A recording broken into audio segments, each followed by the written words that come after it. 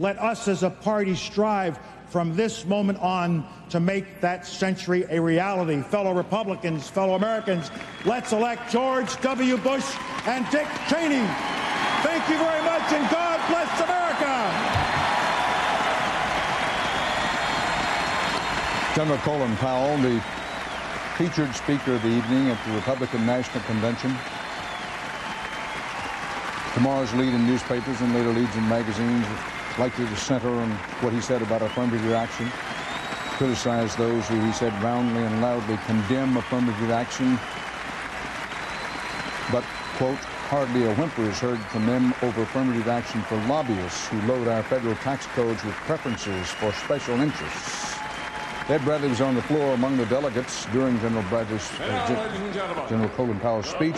Ed, how did it play down there? For one thing, there are a lot of lobbyists down there. Well, Dan, there may be a lot of lobbyists down here, but the speech sure played very well. A big difference in comparison with 4 years ago.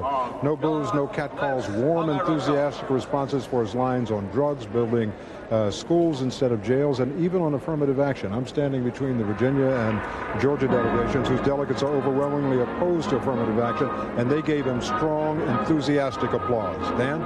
Ed Bradley on the floor. Bob Schieffer on the podium. Viewed from this distance and looking strictly on the television screen, did the Bush Republican convention get across the message it wanted to get across tonight? Oh, I think they did, Dan. You know, when a black man can stand before almost 100% white audience of Republicans and tell them they're responsible for some of the cynicism in the black community and make them like it, and they did seem to like it, I think that's a pretty gutsy thing, and I think they got out the message they wanted to get out tonight.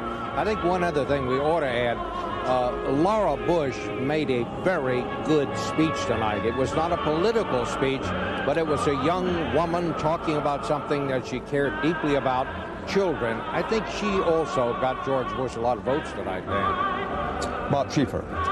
Now that is our special edition of 48 Hours for tonight. CBS News coverage of the Republican National Convention will continue throughout the week with our traditional news standards of pull no punches, play no favorites, bring you the important stories that develop out of this convention when and if they do.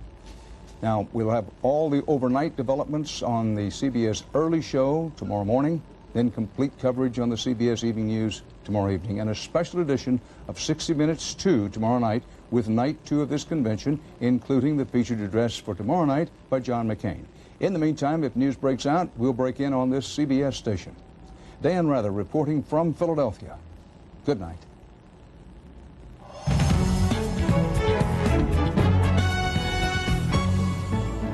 Experience you can trust. CBS News. CBS congratulates Judging Amy on its 3 Emmy Award nominations.